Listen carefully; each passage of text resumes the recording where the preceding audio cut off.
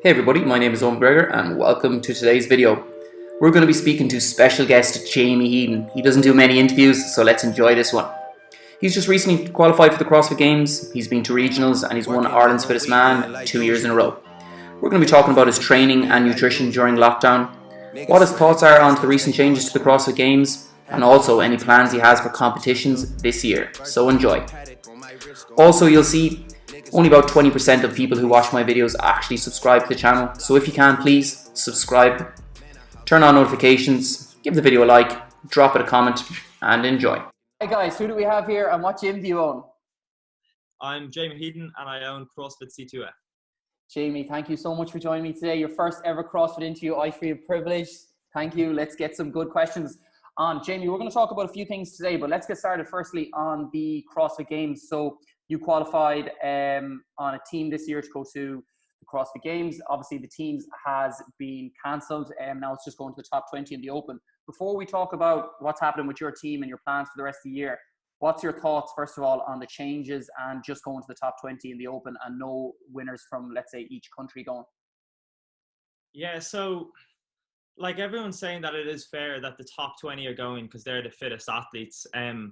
But I think it kind of mixes things up because like even if you look at Mickey finishing in the top 20 or in kind of 26 last year, like having other athletes from other countries allow us mix up the leaderboard and that type of thing when you're at the game. So obviously the fittest will probably still be crowned, but you don't get to mix it up, and it's also very tough for all the people who have been working like 4 or 5 years to get their first shot at the games. I think the new system where there's like loads and loads of countries getting to compete, that's a lot of athletes there mightn't have qualified before through regionals, but then some countries still are top athletes like PD who should have gone this year. So I think it's just going to be a bit devastating for a lot of athletes, and I wish for all of them that they carried it over into next year and given everyone a shot. But still, they have to run a competition. They're the only sport that are still running a competition. So fair play to them for trying to put it on. But yeah, it's tough for a lot of athletes, like, you know. Yeah, and let's say you would have won, because like let's say you're top of the Irish athletes and stuff like that. You're probably eventually going to win a sanctional or something like that and qualify as an individual in the coming year or years. What would you have felt like if you had qualified as an individual and you missed out? Oh man, it'd be an absolute killer. It'd be raging. Yeah, So yeah. that's what I'm speaking from. Like when you're going at it year after year and your goal is to get to the games, and then it's cancelled, you're like, what the hell is happening? You know? So yeah, no, I'd be absolutely raging. But yeah, for sport related anyway, I'd be going mad. Yeah. Yeah, so you qualified as a team. So you qualified under it was called, I think the team was called the Program. You guys now obviously don't have, you're not obviously not going to the CrossFit Games, but Rich Froning has announced Mayhem competition. You're planning to go over to that, yes? Yeah, 100%. And so when they were making the first announcements, one of the first announcements from the games where the teams were cut before I think they'd even dropped down to the top 20, which was obviously devastating because we've had a really good year with the team, and it's my first year going team, so really exciting. But yeah, so now Mayhem Froning has said that he's running the Mayhem competition, so that's definitely what we're planning on doing. But logistically, it's going to be tough because we're all from different countries. So Ireland, Germany, Norway, and Sweden. So we have to make sure that we're all able to travel. We're all able to train together before the competition. So logistically, it's going to be tough, but it's definitely something to look forward to and to keep training for as well. Yeah, definitely. And like were you planning always to go there? Like, so what would be the plan if one of you can't go? Like, do you kind of have any kind of backup plan or? So we haven't got to discuss it that much. Only in the past kind of week to 10 days, we've started saying, is everyone able to go? Is everyone up for going? And so on. We do have 2 subs on the team, but only one of them has trained with us. Like, I've only competed with this team twice, you know, so we don't really know what's going to happen if one of us can't make it. It's more now just trying to chat together and see what's going to happen and where we can train together, because we need to get together and train, because when we do get there, we want to really compete, you know? Yeah, you could see even when you guys done the Filthy 150, I think that was your first competition together. You hadn't even trained together, I think, properly, barely, just for a few days in your gym. You can see you guys gelled really well. But let's say you've been an individual for the last couple of years, right? So you've been to regionals, you've won the French Throwdown, probably one of the most successful Irish athletes to come out of CrossFit. So what has been the difference between changing from individual to team this year in terms of your own training? And like, are you enjoying it better or what's going on? Yeah, so I'm really enjoying the team. Going team was a big decision. So, like you said, I have been competing for quite a while. I'm going at it for a long time. I'm also running 2 gyms. So I was approached by John basically. So John Singleton is the coach of the team, and he had been coaching me for about a month before I went team, and he had said that he wanted to put together his first super team. He had never done this before. So once he said that, I kind of had to think about it a lot, because he said it just about the second week of the Open this year. And then once he told me the lineup, and he had said that the goal isn't just to qualify for the games. He was like, if you join this team, now obviously this is him trying to get me on the team, but he was like, we're 100% going to qualify for the games this year. It's all about how well we're going to do at the games. So immediately that was a big motivation for me. And as he is my coach at the moment, he kind of said to me that it's really going to boost your individual performance. So I'm definitely not done as an individual. The way he described it to me was, let's go team, let's compete with all of these athletes, learn from them, gain the experience at the games, and then come back to individual and then attack it from there. So at least you'll have some form of games experience, and it won't be just there to see what the games is like, but really competing. So it was a big decision to do that this year, but yes, and now the games is gone. I don't know what's happening. I transferred over to go to the games. Now they've gotten rid of it. But yeah, so that's what's happening. As you mentioned, like Froning's competition, like is probably going to be unbelievable. Sponsored by Rogue, it'd probably be, you've got the best teams in the world coming there. So like, are you looking forward to going over there for that one? Yeah, 100%. I think for us, like obviously, the individuals take the limelight at the games every year. So going to the Froning comp would be huge for us as a team, because it's just teams there. So I think the exposure will be huge, and the sponsorship opportunities will be a lot bigger than they would have been. So if we can go over there, I think it'd be really great for us. Yeah. Savage. So you mentioned there about individual, and like you're thinking of, like say you went to the team, but you're not giving up an individual. Your name was down for that Irish competition, the Irish Fitness Championship. So I presume you're going to win that. After that, then we've got the Open coming up. What's your plans for the Open coming up in 2021? Are you still kind of siding towards the team, or are you going to try and obviously take the win within Ireland? No, I think whenever of course I'm going to try and take the win. That's always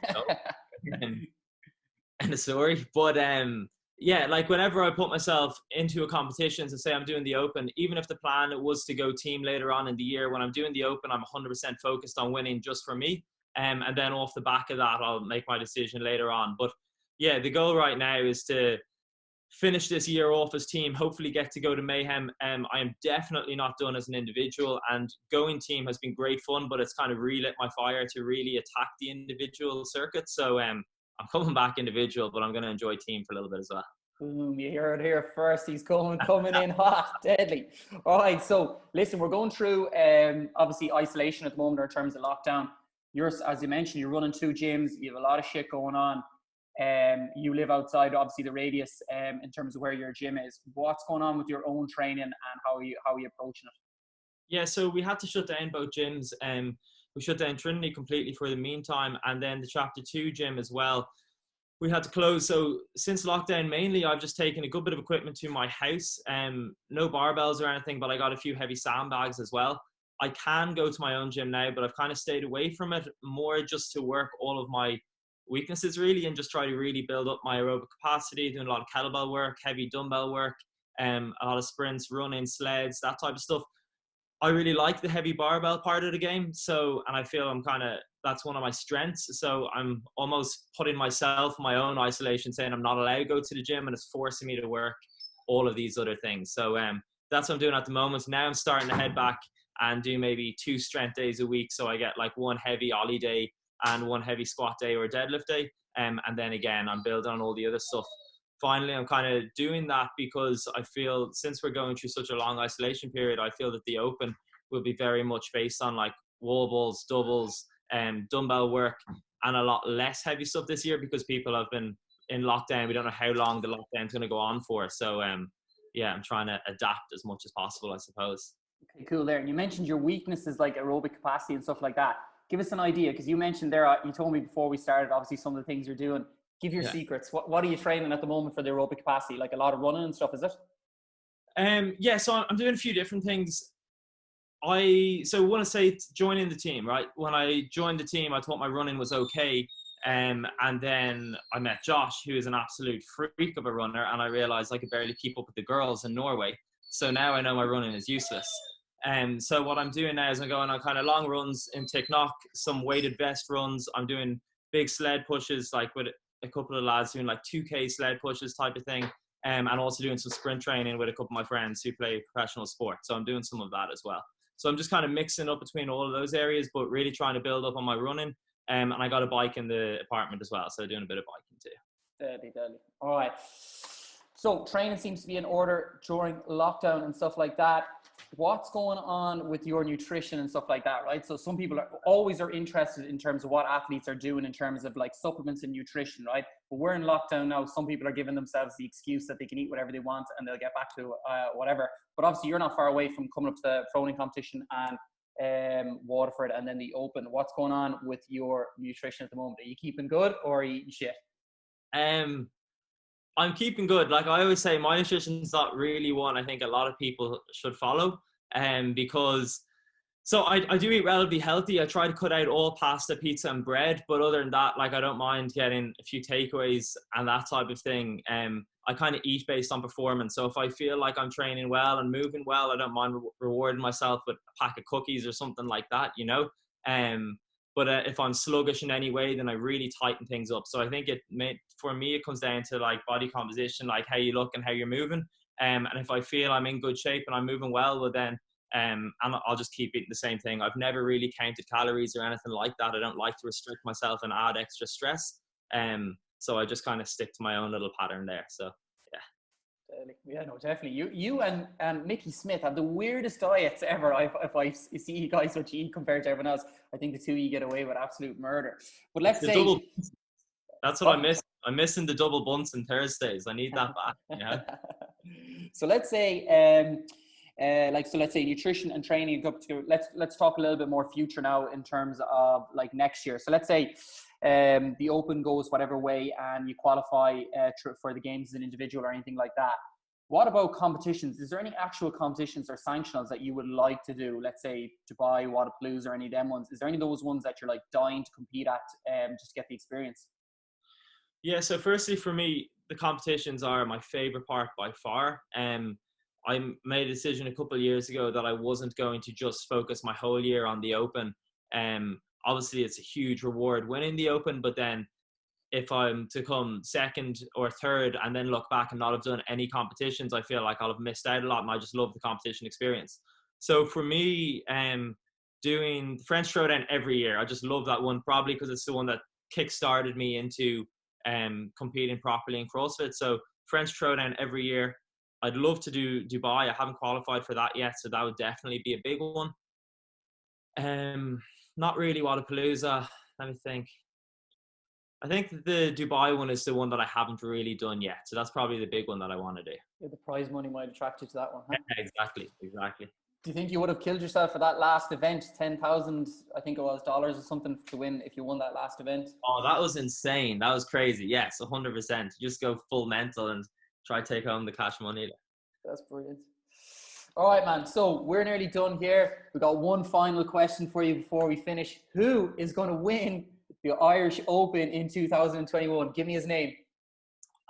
Well, I think it's going to be a tight race between myself, PD, Sam, Mickey, and Tig even as well. Anyone else who comes up. But then if there's some crazy scores thrown up and that no one can compete with, well, then you never know. But other than that, I think I'm going to take the win. I can't believe you didn't mention my name. A lot of scores that were in there last year, that just mixes up the leaderboard. But otherwise, I'm taking that first place. Yeah, absolutely. Yeah, no indirect hit there about random scores coming in. But yeah, and still again, I'm actually offended that you didn't mention my name in that for coming up. Jamie, thank you so much. You're the pacer, man. You're the pacer. You helped me pace through the race. You're my pace team. You know what I mean? For the first round. Yeah, for the first round. Jamie, thank you very much. I really appreciate it. Nice, man. Thanks a lot.